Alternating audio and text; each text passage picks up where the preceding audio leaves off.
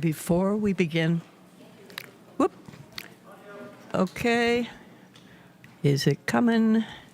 We'll see. Oh, yes, okay, now I need to stand back. Before we begin our service today, we acknowledge that we are gathering upon the homeland of the Western Abenaki people. We express gratitude for their traditional and ongoing stewardship of the lands and waters, and we offer respect to the elders, both past and present.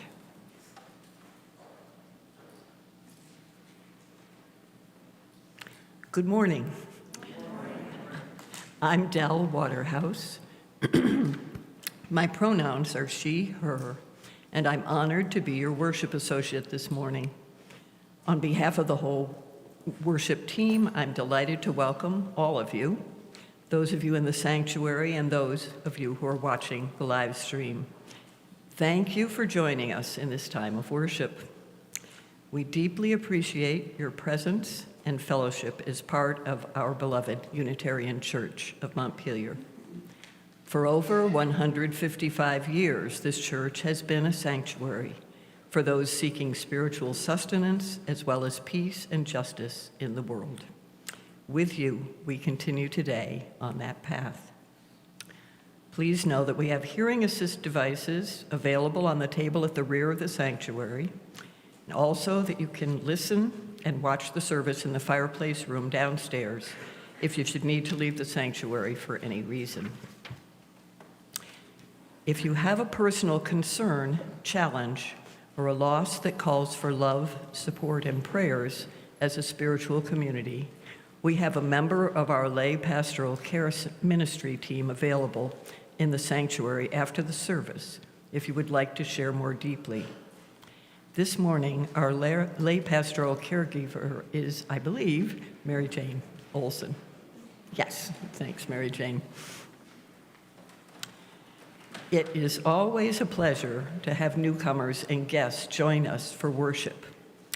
If this is your first or second time visiting and you wish to do so, you're invited to stand or wave your hand so we might offer you a special welcome.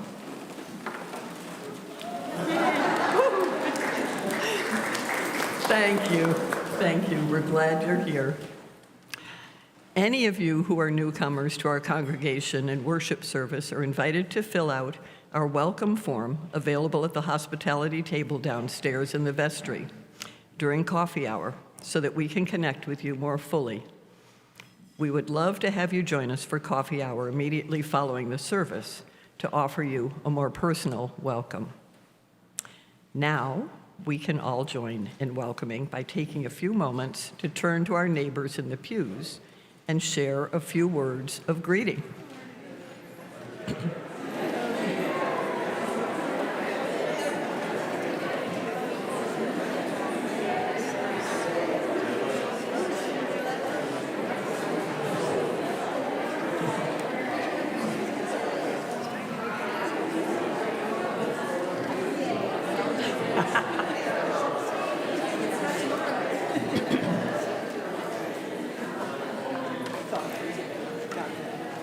Nicely done, everyone. Thank you. Thanks for sharing your warm greetings. You're invited to continue conversations after the service during coffee hour downstairs. Along with welcoming and greeting each other, today we also have the pleasure of welcoming our guest minister, who will be with us during Reverend Jones' sabbatical leave. You've probably already noticed Reverend Dr. Mellon Kennedy up here with us, trying to figure things out. Some of you undoubtedly already know her, as she's been around our part of the world in a variety of roles. Just a quick bit of introduction. Okay, we're figuring out details still. Reverend Mellon is a Universalist and a Sufi Shiraga. She enthusiastically served the Washington UU Church for 11 summers and had the honor and joy of serving the Springfield Meeting House until retiring recently from UU Parish Ministry. She comes to us now from her home in Lincoln, Vermont, where she loves gardening, running, dancing, and singing. And I also hear that Reverend Mellon teaches the art of sacred storytelling. So I suspect we'll have a chance over the next several weeks to experience and enjoy some of her many interests and gifts. Right now, though, let's take a deep breath, make sure our cell phones are silenced, and enter more deeply into our time of worship with this morning's prelude.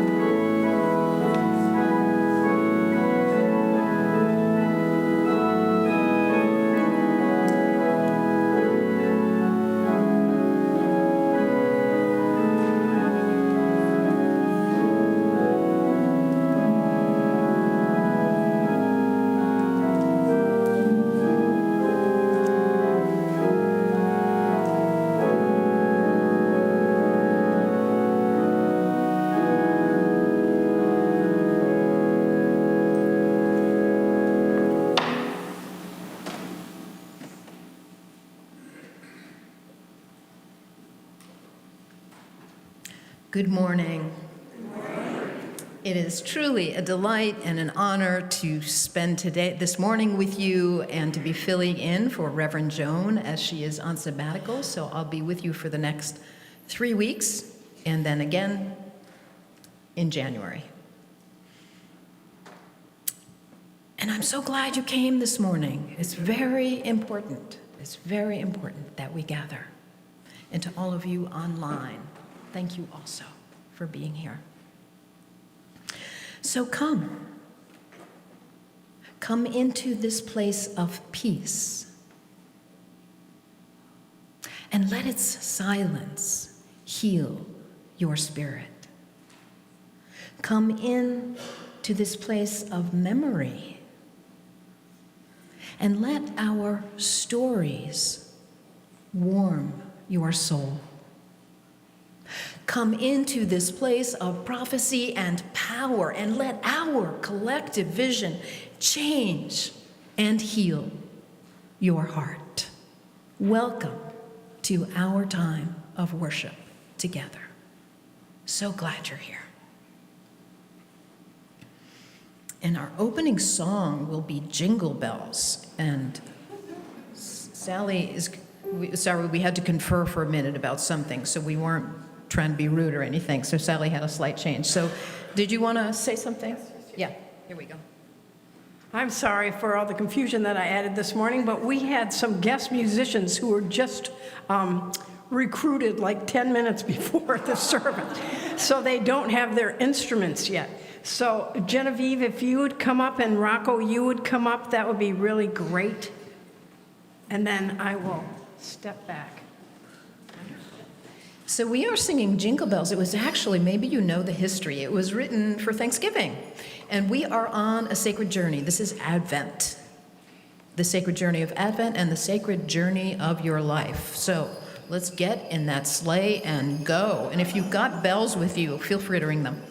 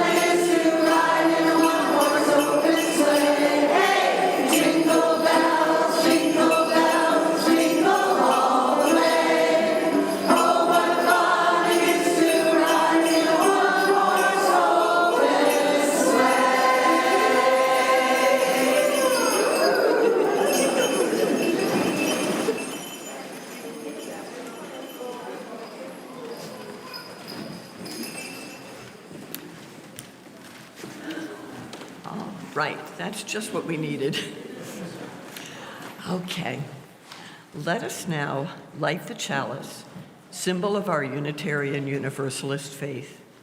I invite you to light a chalice at home if you have one nearby. Yay. We light this flame, an enduring symbol of our collective commitment to lead with truth and compassion. And please join now in saying our congregational covenant. We covenant to speak honestly and listen deeply to each other and the voice within. Treat each other with compassion and honor our differences. Take responsibility for the impact our words, actions, and inactions have on each other. Support each other in times of need and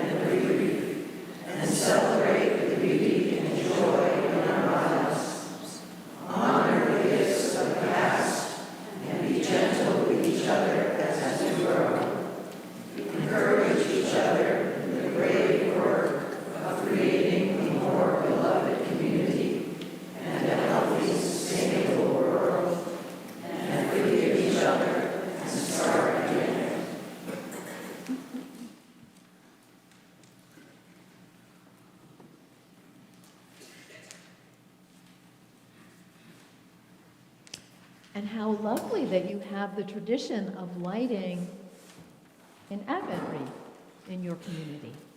So last week, the first candle was lit, and that is the candle of hope.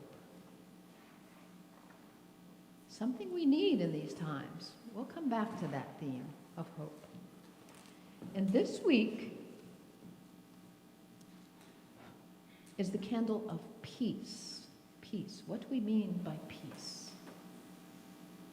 I open with the words, "Come into this place of peace." So we'll explore what that means. And in our covenant, we just said, what is within us? So finding and cultivating that peace within. So we light the second of our Advent candles in honor of cultivating peace in the external world, but most importantly, in the internal world within you. So thank you for listening. So Sally, let's do the kids' story. You want to call the kids up, they know you. Yes, I would like to invite all the children and youth to come up. I'm not going to be telling the story this morning. I'm going to be sitting with you. And Reverend Mellon's going to tell you the story. So all the children and youth, y'all come up. Come up.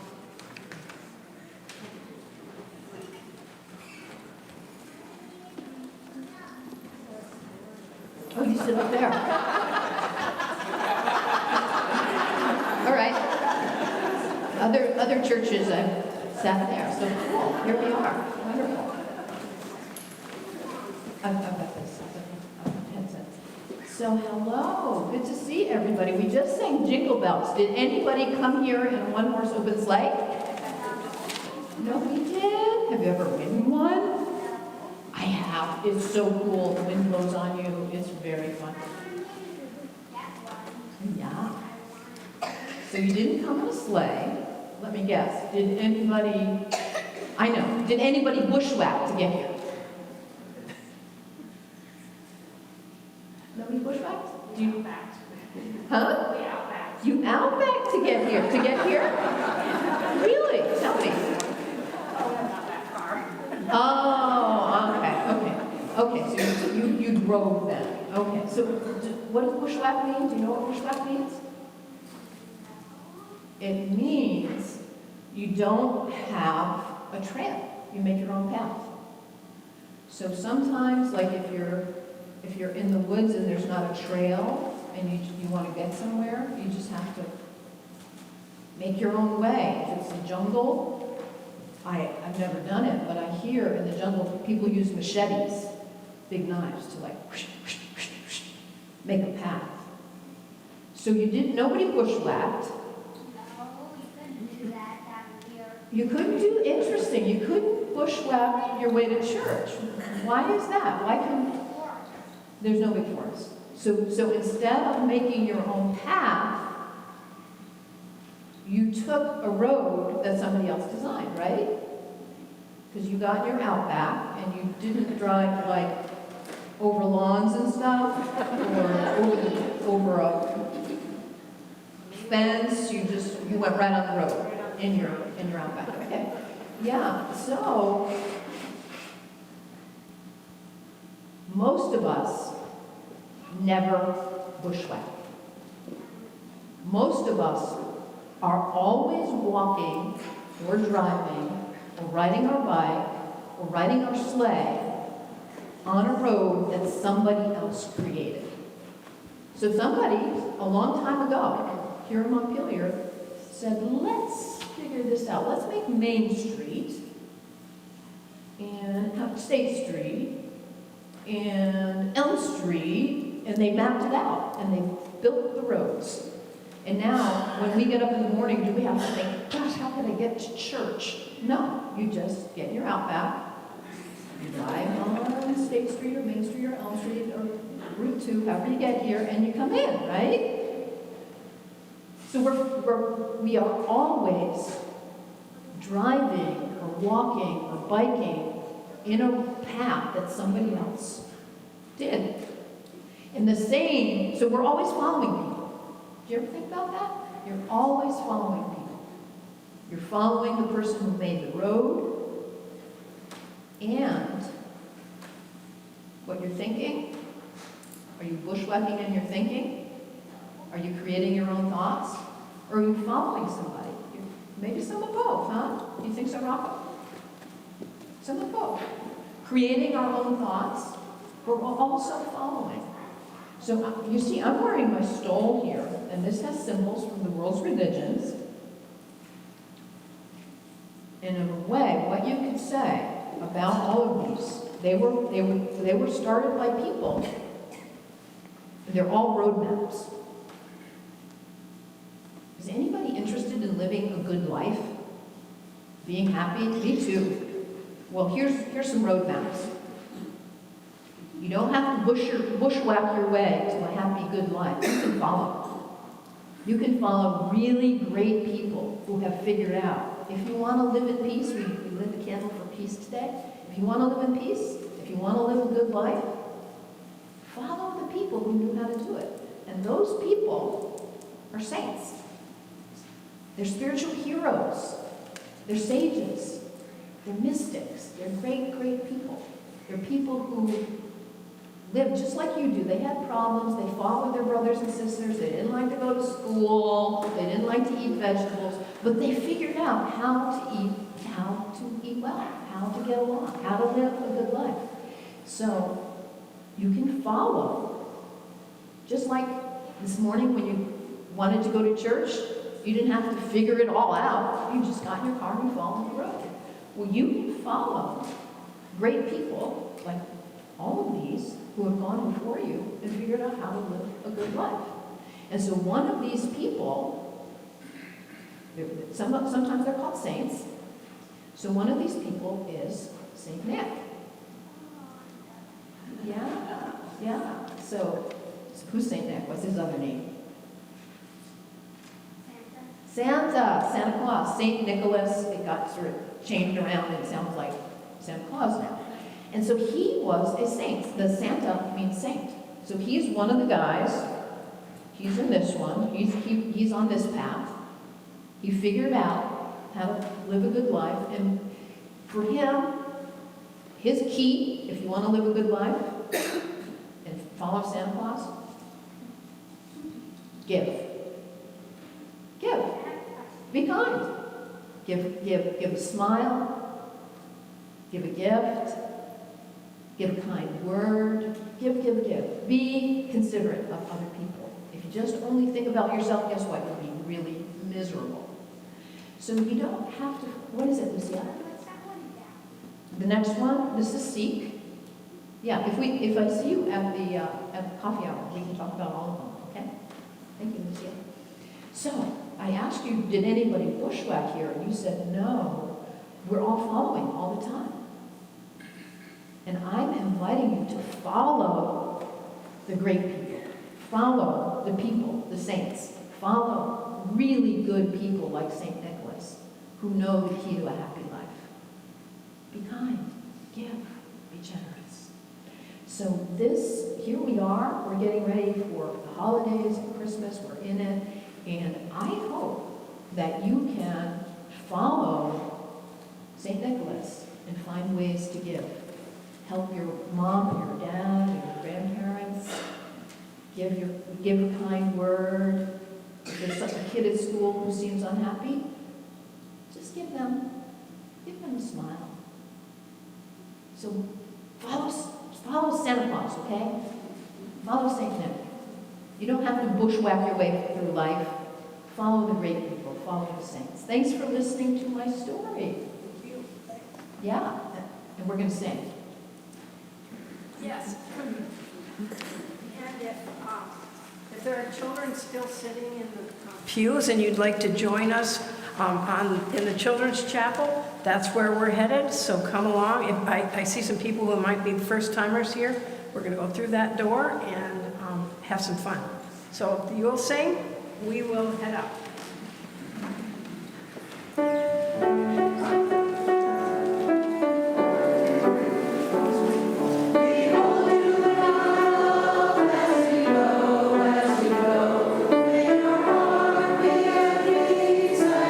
Go.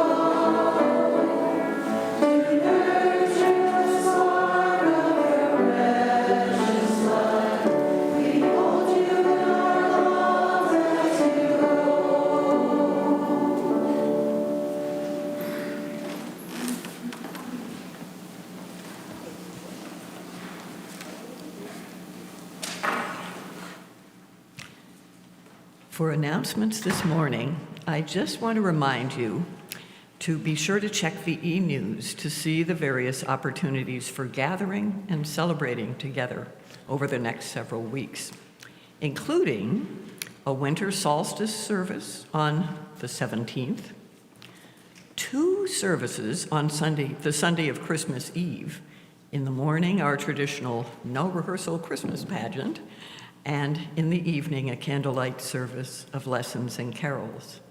And next week's Sunday service with the invitation, Risk Everything for Love, again with our guest minister, Reverend Mellon. And now, to shift gears a little, but still on the theme of love, the act of giving is a spiritual practice as important as any other element in our shared time of worship. Our generosity is a form of love. Our gifts freely given help us to practice Unitarian Universalism within and beyond our congregation. Each month through the UCM Community Pouch program, we share part of our collection with an important church fund or a community organization aligned with our values. This month's Community Pouch recipient is the Central Vermont Refugee Action Network, or CVRAN. CVRAN welcomes and gives support to refugees, asylum seekers, and migrant workers in Central Vermont. As you probably know, half of our cash offerings will go to our pouch recipient. The other half will directly support the mission and ministry of this congregation. If you wish to designate your entire offering to the community pouch, please indicate that with a note attached to your cash or to the memo line of your check. Checks will go to the church unless designated otherwise. You can find the offering pouches at the end of the pews on the aisle sides. Please pass them toward the center aisle. We are so grateful to each and every one of you for your generosity in its many forms. Your offering will now be gratefully received. And let us now enjoy a musical offering.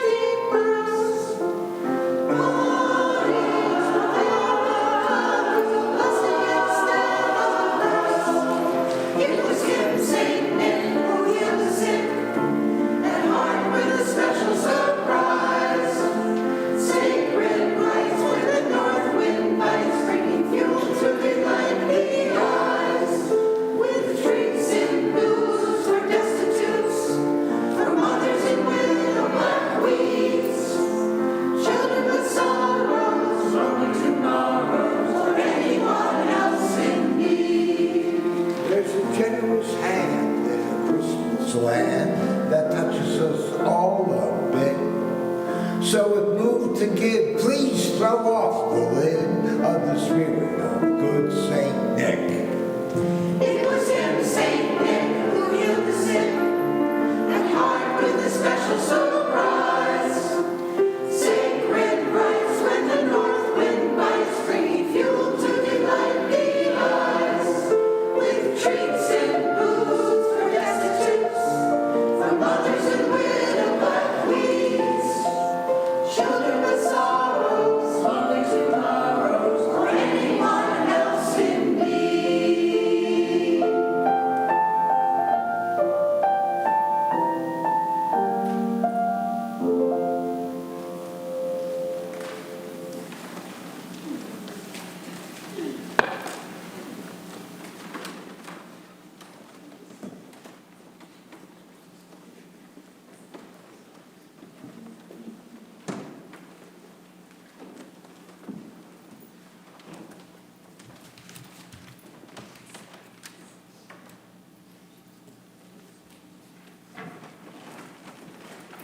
Thank you so much to Danya for finding that sweet folk song about St. Nick. I had never heard it before, and thank you for all the choir for learning it.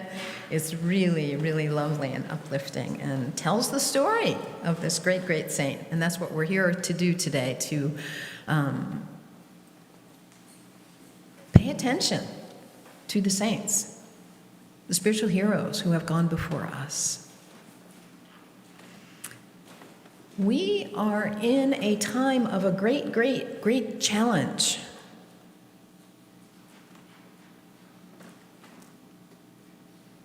The challenge that I'm talking about, because there's more than one, is the struggle for your own attention. We live in a time where we are being surrounded and preyed on, I would say, by folks who are trying to get our attention. And if we are not careful, we end up following foolish ways.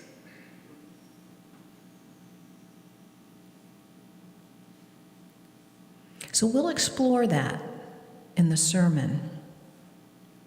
And one of the most important tools that you have to strengthen your own attention and to win in what I would call a great battle that is going on right now, one of the greatest tools you have is meditation.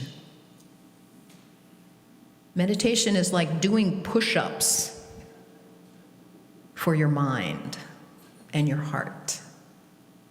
Meditation is like bushwhacking, saying, this is what matters. I'm going here, not where all these forces are pulling me. And just like push-ups, you get stronger at it the more you do it. So all of these folks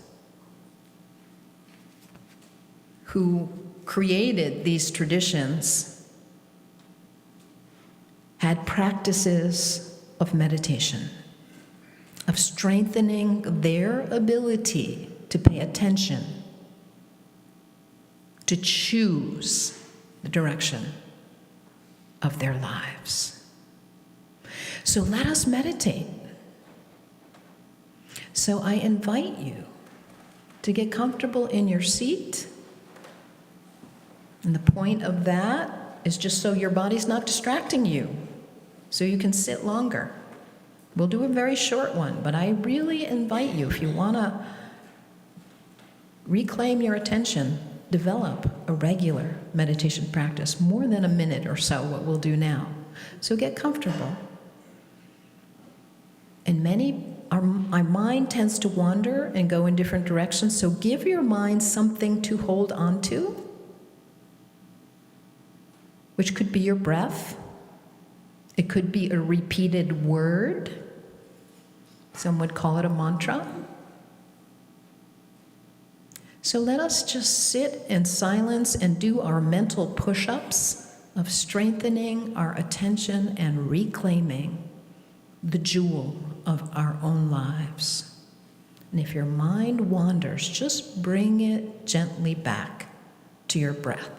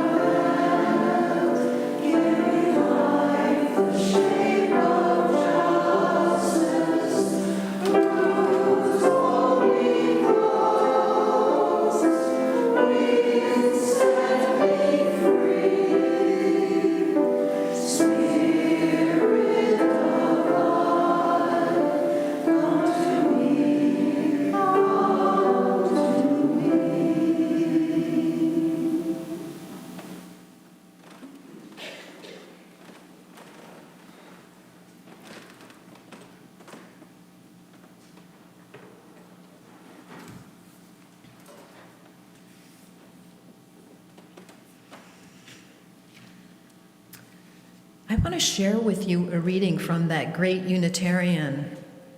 He might turn over in his grave being called that, but he had an association with Unitarianism at some point in his life. I'm speaking of Ralph Waldo Emerson. He says this: a person will worship something, have no doubt about that. He may think tribute is paid in the secret, in the dark recesses of our heart, but it will come out. That which dominates our imagination and our thoughts will determine our lives and our character. Therefore, it behooves us to be careful what we worship. For what we worship, we are becoming. For what we worship, we are becoming.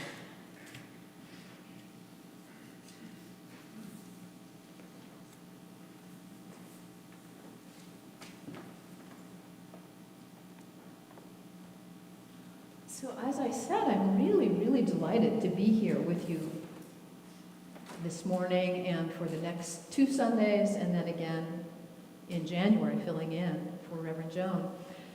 And this was actually the very first Unitarian Universalist church I attended 40 years ago. Maggie was the minister then, and it has been a touchstone in my life in many ways. Of course, the contra dances, events, music that happened here that I had the honor of participating in over the decades. And when I heard about your struggles in July with flooding, my heart was touched by all of what you have been through. So I'm really glad Joan is on sabbatical. Yay! And I'm totally honored, because she's been through a lot. And I'm totally honored to fill in. And I have 2 things that I want to offer to you in our 4 sessions together. And that is hope and challenge. The candle from last week is the candle of hope. And we are living in times of great turmoil. We've been through a lot, haven't we? The last 3.5 years was enough, and then add the flood to it. It's like, oh, come on, enough already. It's been a hard time. So I hope that you leave every service with an augmentation of your own feeling of hope. And my desire is that you leave with a challenge to help you become who you're meant to be. Do you know how amazing you are? Do you know how much you matter? You are unrepeated in all of history. There has never been and never will be another you. You have something to give, and when you give it, you come alive, and the people around you are blessed by your gift of your essence, your presence. And when you don't give it, you miss the grandeur of your own soul. And the people around you miss that too. And when you give them permission also to shine and to come home to themselves. So you matter tremendously. And so your attention matters. What I said in the meditation, I mean that from the depth of my heart. I was talking to a friend of mine last night about this. I would call it a war. We are fighting a war for our own attention every single day. You know what I'm talking about?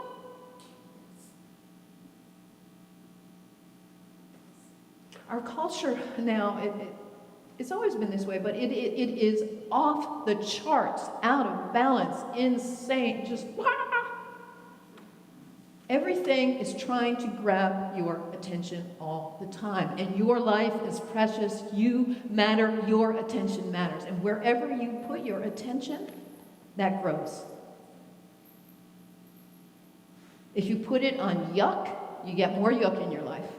If you put it on anger, before you know it, your blood pressure. If you put it on giving and kindness,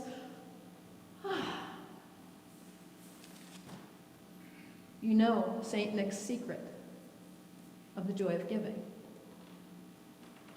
If you put it on meditation and prayer, you know peace. Our second candle, peace. Your attention matters, your life matters.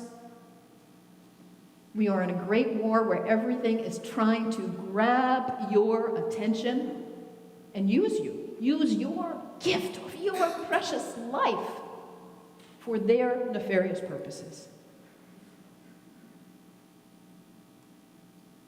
And it matters tremendously that you win this war, that you claim your sovereignty of your own attention, that you choose where you walk, who you follow, what you do, how you spend your time. It matters, dear friends. It matters tremendously. So I said I'm hoping to offer you two things in particular in our time together, hope and challenge. One of the great hopes is there are many people who have walked before you who figured this out. You're not alone. How do I live my life with integrity and joy and kindness? And how do I live my life in such a way that at the end of the day I don't go, what just happened? How much time did I spend on TikTok? How much time did I spend getting angry and gossiping or worrying? No. That's not how to spend our days. So to reclaim your own attention. So the hope I'm offering is there are many, many people who have gone before us in these traditions who have figured this out. So don't worry, you can do this. And that's who the spiritual heroes are, the saints. They have walked in such a way in their lives that other people around them were like, what's with her? Whoa, let's see, what's she doing? Let's follow that. How do you do, what did you do? How do you do that? There have been so many. And of course, one of the greatest of these was Jesus. And we are in the Advent season, the lighting of the candles, leading up to a celebration of our remembrance of his birth, his incarnation. He's one of the greats. So let me tell you a story about St. Ambrose. There's two saints I want to mention today. We've heard a little bit about St. Nick. So St. Ambrose, he was just after St. Nick. And he was born in Germany, forget the year, three something. So this is thousands of years ago, right? And the church was young then. There weren't a lot of followers. It was one of many competing religions, the Christian church. And so St. Ambrose, actually, he became a lawyer. He was from a well-to-do family, and he was educated, and he got stationed in Milan, and he was a governor in the Roman Empire. He was a governor of a few areas. And he did a really good job, Ambrose. And he listened to people, he was respectful, things were polarized, sound familiar? And he found a way to help people who were at odds with each other. Listen, he was known for his fairness in his governing. So what happened was the bishop, so he's the governor, the bishop in Milan died. And oh no, there were factions and they were going to fight, and who's going to be the new bishop, and people started arguing and fighting about it. What a big mess. And so Ambrose goes to the place where they're having the meeting to try to talk about who's going to be the new bishop, and he goes just to try to calm it down, because he's got a few skills in that area. And so he's successful. He calms it down to the point where they say, "You're the new bishop." And he's like, "Whoa, wait a minute." And he says, "I'm not even a Christian. I'm not even a priest. You cannot make me bishop." And he runs out and he hides. And they pursue him and they follow him. And they talk to the emperor and say, "This is the guy we got." And the emperor says, "Yep, you got to do it." So within a week, Ambrose is baptized a Christian, he's ordained as a priest, and he's installed as bishop. How about that? On December 5th of, what was the year? 373, I forget the year. And he changes his life. I mean, he was a good guy, but he started really studying scripture, and he got rid of he downsized, got rid of a lot of his junk so he could focus on what really mattered, which was serving and being the new bishop and following the way of Jesus. So people around him saw his inner light. He didn't have the right credentials. It wasn't about his degree from Harvard. It was his sincere presence that touched people. So when you think about yourself, maybe somebody around you is saying, "Hey, you're good at this. Could you help with this?" Or, "We need somebody like you. You have a way of being. We need you." And you want to run out the door like Ambrose. Maybe you're right. Maybe it's just another silly committee that somebody's going to waste your time on, another attack on your attention. Can you discern? Or is it, like Ambrose, somebody who's seeing the light in you and calling you forward to serve in the way that is true to who you really are and your spirit? There's more to the story of Ambrose. So he gets to be friends with the emperor, Theodosius, and boy, the emperor makes a really terrible decision. He does a horrible thing. He actually kills 7,000 of his own people. Kills 7,000 of his own people. And what does Ambrose do about this? He says, you can't come in the church. Nope. You can't do sacraments. No, you're not welcome here. You have done the unthinkable. Your job as the leader is to serve the people, not to harm them. And look what you have done. So as the representative of the church, he says, no, you have to do penance. You have to apologize. You have to make amends. You have to be accountable for what you did. And so the emperor, the story is, the emperor in public took off his emperor fancy stuff and he bowed down and he did penance.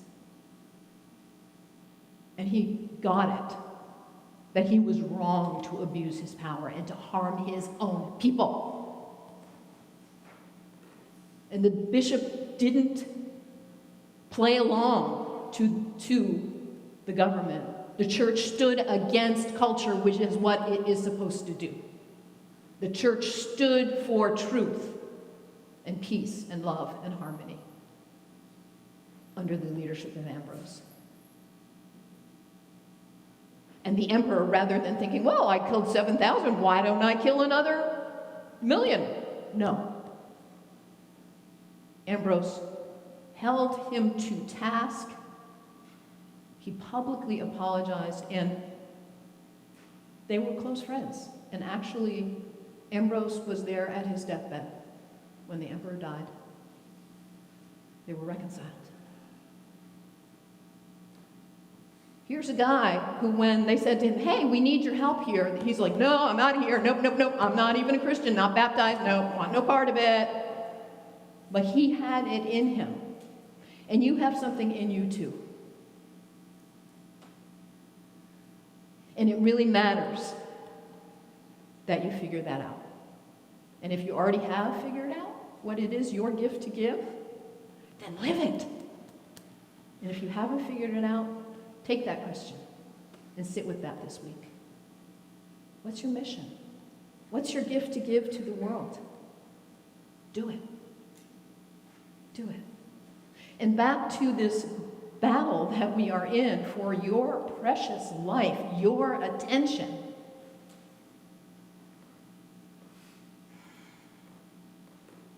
How are you spending your time? It really matters, because your life is a precious gift.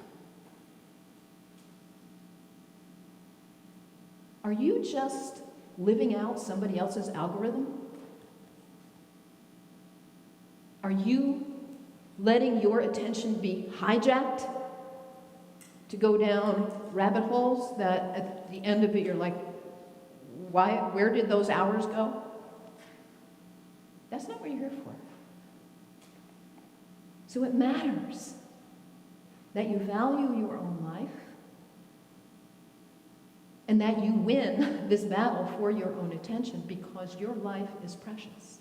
And one of the greatest tools that can help you is the spiritual paths. They all struggled with this. They didn't have computers like we do, and all of the technology and all of the psychologists who have figured out how to manipulate the human mind. They didn't have the level of challenge, but they got it, and they lived well, and you can too. So who are your spiritual heroes? Who do you turn to inspire you? As you try to figure out how to live your one wild and precious life, as Mary Oliver would say, as you try to live a life of integrity, who are you following? You're not bushwhacking. You're not. It's a rare, rare person who just like, I'm not gonna follow anybody, I'm just gonna figure it out myself. Rare, almost no one does that. So you're following. Who are you following? Are you following the guy who designed that algorithm to rob you? Or are you following somebody worth following? Like the Buddha, or Zarathustra, or Mother Teresa. or St. Nicholas, or St. Ambrose, or Jesus? Who are you following? Who are your heroes? Gandhi? Martin Luther King? Nisa? Who are your heroes? Come back to them. Come back to them regularly. Figure out who has walked on planet Earth before me and done it well. And remind yourself on a regular basis about this. Make an altar in your house. Put an image of your spiritual hero there, whoever that is, and look at it regularly. That energy of these great, great spiritual teachers is still here. You can draw on it. You can be nourished and challenged and strengthened by those who have walked before us. I have a question for you. Let me just look at the time here. Okay. So when you think about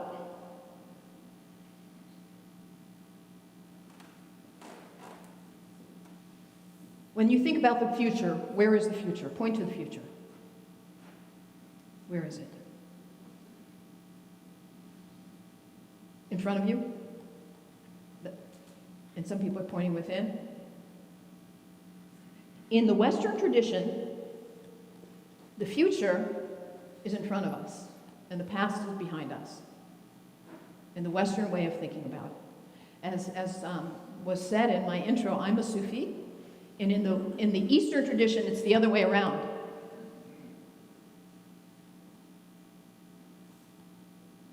The past is in front of us. The future's behind us. The path is the caravan that we are on of following. Out there, there's Sarah. There's Moses. There's Jesus. There's Zarathustra. There's St. Ambrose. There's St. Nicholas. There's the Buddha. There's Mother Teresa. There's Martin Luther King. And I'm on the sacred path of my life.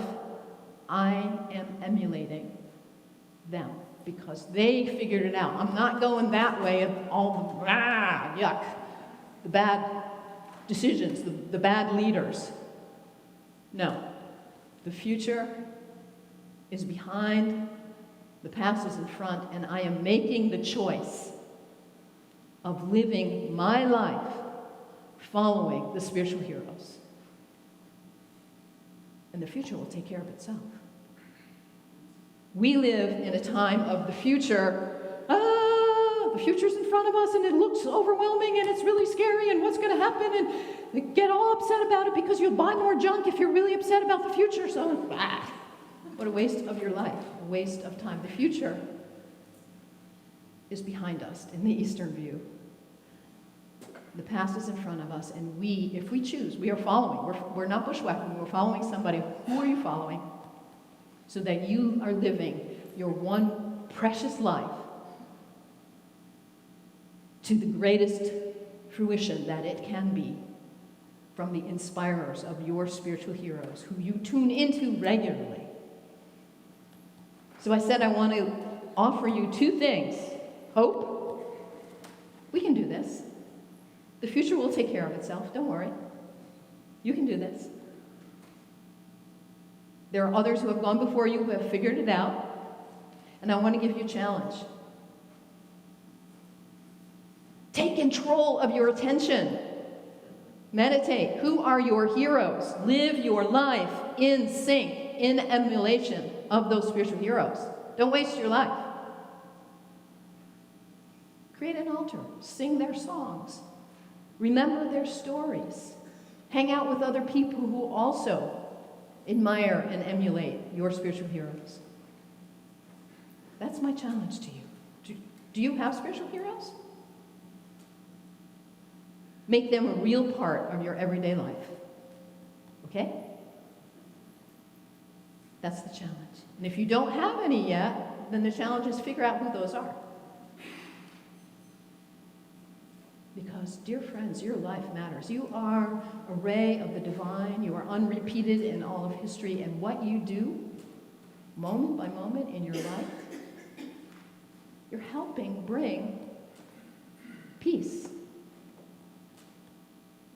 to our planet by who you follow, how you walk, how you give, how you talk. We got this. They want us whipped up into anxiety and fear and all that nonsense. Don't go there. We got this. We are spiritual people on a spiritual path, walking toward bliss, walking toward harmony. So thank you for listening, and I hope you enjoy your challenge this week, and I hope you leave here with a sense of hope. So we've got some really great music in store for you.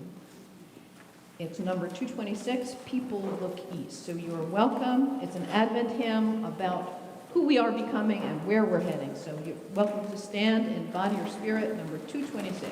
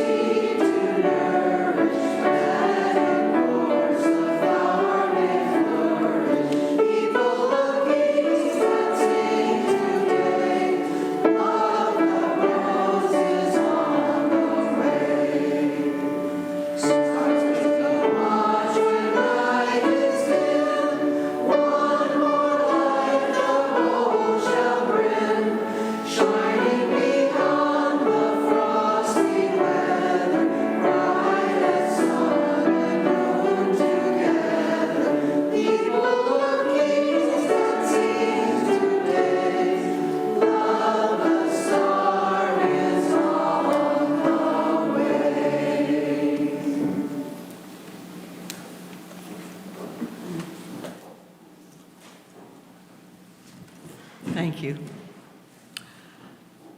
Okay, as we draw our service to a close, we extinguish the chalice and carry within each of us its healing flame, the warmth of community, and the spark of hope into the days and the week ahead. And please join now in our unison mission statement. We welcome all as we build a loving community to nurture each person's spiritual journey, serve human need, and protect the earth, our home.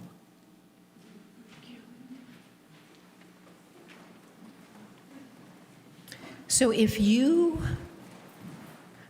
have found community here, treasure it, nurture it. If you have found challenge here, I hope you have, go and sit quietly with what is stirring in your own heart. And if you have found hope here, bring it out into our beautiful and bruised world that needs you in the driver's seat of your own life. And so it is. Blessed be. Amen.